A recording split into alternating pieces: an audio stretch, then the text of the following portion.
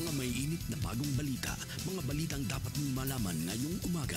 GV Balita Express. GV Balita Express. Mga balitang kinalap ng buong puwersa ng GV 99.9 Batangas. GV Balita Express. GV Balita Express. Mga balita sa loob at labas ng Timog Katagalugan. GV Balita Express. GV Balita Express. Narito na ang GV Balita Express.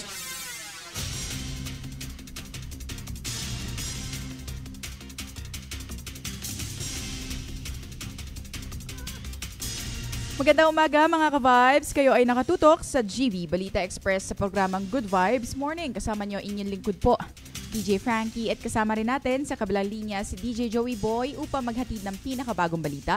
Keeping you GV informed, GV aware, and GV updated. Muli, ito po ang GV Balita Express. GV Balita Express. Oras natin ngayon, 6 na minuto makalipas ang oras ng alas 7 ng umaga, hatid sa atin ng Biogesic. Headaches can strike anytime, anywhere, kaya always bring Biogesic anytime, anywhere. Choose ingat, choose Biogesic. At para sa ating ulo ng balita, pagbibitiw ni Zaldico nakaiwas sa House Ethics Probe. DOJ pinatitigil ang investigasyon. Sara Duterte at ICC di kayang isecure si dating Pangulong Duterte. Kawatan, huli sa akto sa loob ng bakery, arestado. Empleyado ng STL, pinaslang sa Laguna. At mga ka-vibes, presyo ng diesel at kerosene tumaas sa ika-6 na linggo. At 51 banda nagtagisan sa Bacood Festival 2025. At para sa ating detalye ng balita, pagbibitiw ni Zaldico nakaiwas sa House Ethics Probe. DOJ pinatitigil ang investigasyon. DJ Joey Boy, ibalita mo. GV Balita Express.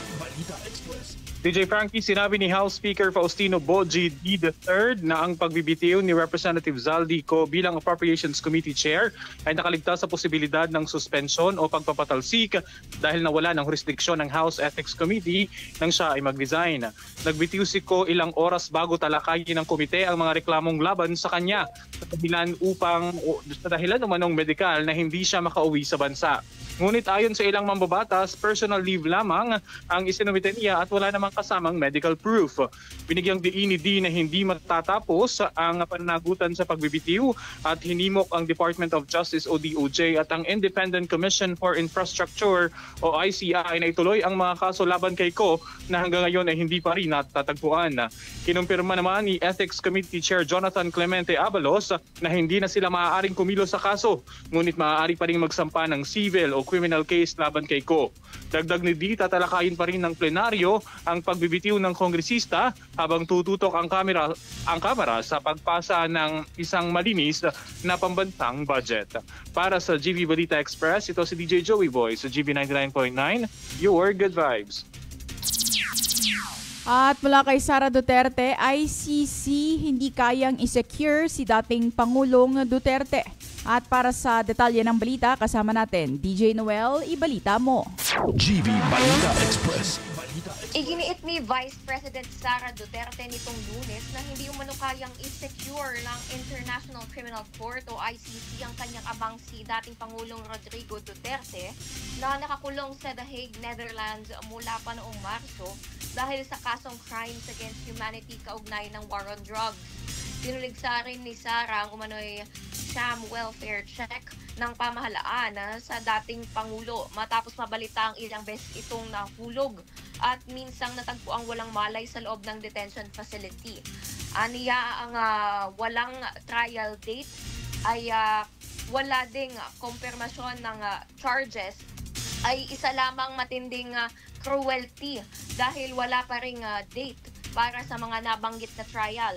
Samantala, nananawagan ng Vice Presidente ng pansamantalang paglaya para sa kanyang ama at mas pabor umano na ibalik ito sa Pilipinas sa ilalim ng house arrest.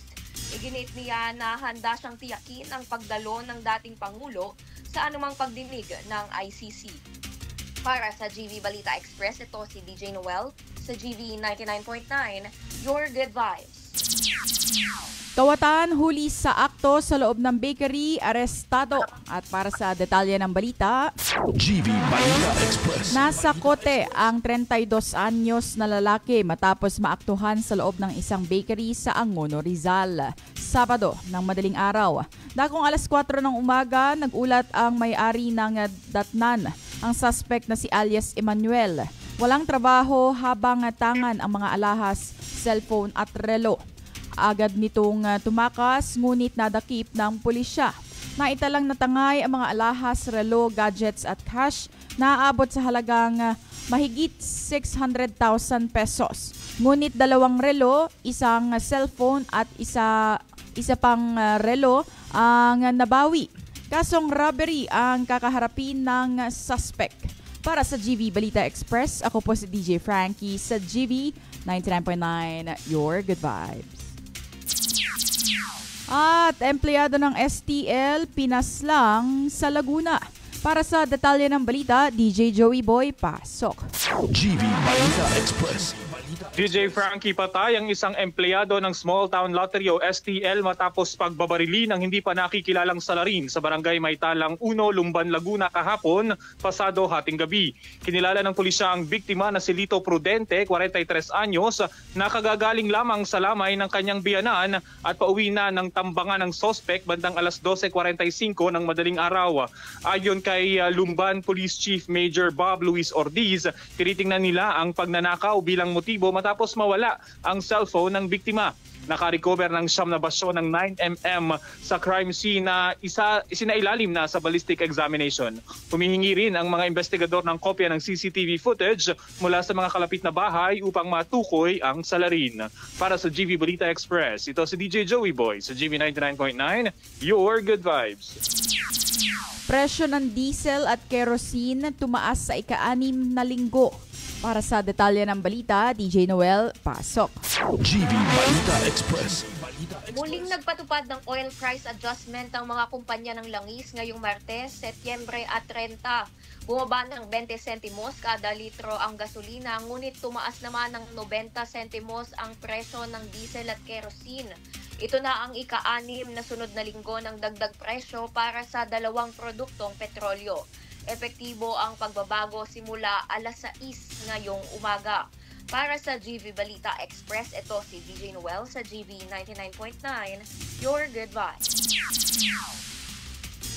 At 51 banda nagtagisan sa Bacood Festival 2025. At para sa detalye ng balita, GV Balita Express. nasungkit ng Banda 2 Kabataan o B2K mula Angono, Rizal ang kampyonato sa Bacood Festival 2025 sa Bacoor City, kung saan 51 marching bands mula sa iba't ibang lugar ang naglaban-laban. Tinanghal ang pinakamahusay na banda musiko at naiuwi ng B2K ang 100,000 pesos na premyo at tropeyo matapos ipamalas ang kahusayan sa tugtugan at eksibisyon.